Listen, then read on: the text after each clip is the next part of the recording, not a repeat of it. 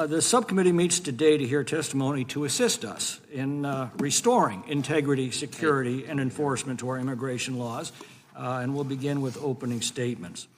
Our nation has just suffered the largest illegal mass migration in history, deliberately engineered, abetted, and encouraged by President Joe Biden and his allies in Congress. For 4 years, the American people have endured the effect of this calculated lawlessness. Schools flooded with non-English speaking students, hospitals packed with illegals demanding free health care, Americans pushed out of homeless shelters to make room for illegals, an estimated $150 billion a year taken from struggling American families to pay for free food, free legal services, free transportation, free housing, free clothing, free cell phones for all of those who have broken into our country. Millions of American workers have been displaced, driving down wages and drying up opportunities for our own young people. The deadly fentanyl trade coming across our open border now claims the lives of tens of thousands of Americans every year. And worst of all, among these illegal migrants have come the most violent, dangerous, and malevolent criminals and criminal gangs in the world, while sanctuary laws and democratic jurisdictions protect them as they prey on innocent Americans. Every immigration-related agency in Biden's executive branch had a part in destroying the integrity of our immigration system. I'll offer you just a few examples. The U.S. Citizenship and Immigration Services did nothing to stop extensive fraud in mass parole programs that it implemented and delayed adjudication of legal immigration applications in favor of those for illegal aliens. The State Department gave U.S. taxpayer money to non-governmental organizations to hire foreign nationals to tell other foreign nationals how to circumvent U.S. immigration laws. The Department of Homeland Security refused to prevent fraud in visa programs and brought interior immigration enforcement to a standstill. Customs and Border Protection abused its authority by paroling in over 531,000 foreign nationals in just one categorical parole program. The Department of Health and Human Services ignored its duty to determine whether unaccompanied alien children who arrived at the border had criminal backgrounds and were in danger to themselves or others before releasing them into our country. The Office of Refugee Resettlement used taxpayer dollars to fund housing for illegal aliens. The Department of Justice told its immigration judges to stop adjudicating cases. And it reversed common-sense Trump-era opinions that prevented asylum fraud.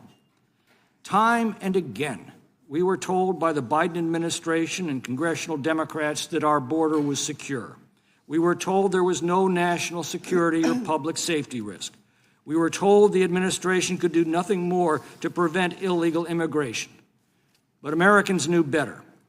And they finally got tired of feeling unsafe in their own towns, tired of seeing illegal aliens sleeping in their community schools, recreation centers, airports, and police stations, and tired of footing the bills for foreign nationals who showed nothing but contempt for U.S. law. And on November the 5th last year, they delivered a resounding victory to President Donald Trump with a clear and unambiguous mandate to stop this insanity. Yesterday, President Trump, within hours of returning to the presidency, issued 11 executive orders to once again secure our borders, recover our sovereignty, protect our people, and restore the rule of law. The wreckage of the Biden years will take many years to repair. Between the 6 million illegals deliberately trafficked into our country and another 2 million known gotaways who evaded an utterly overwhelmed Border Patrol, an illegal and unvetted population the size of the state of Washington has been ushered into our country.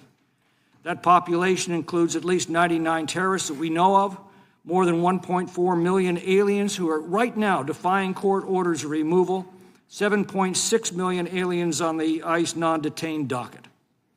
President Trump's executive orders reinstate the successful Remain in Mexico program that had brought phony asylum claims to a trickle until Joe Biden abolished it on his first day in office.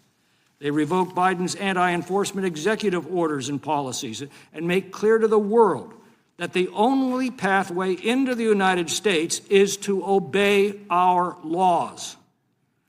And after the largest illegal mass migration in history, This administration must now undertake the largest repatriation operation in history. And I speak for every Republican on this committee, and I believe every Republican in this Congress, when I say we will stand behind him in this necessary work.